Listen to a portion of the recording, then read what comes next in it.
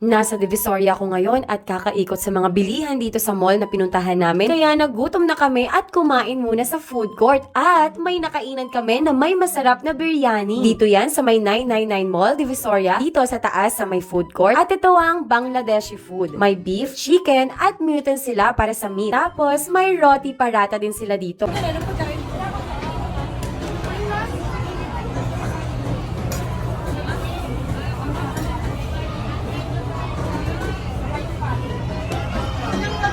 Apa yang berada?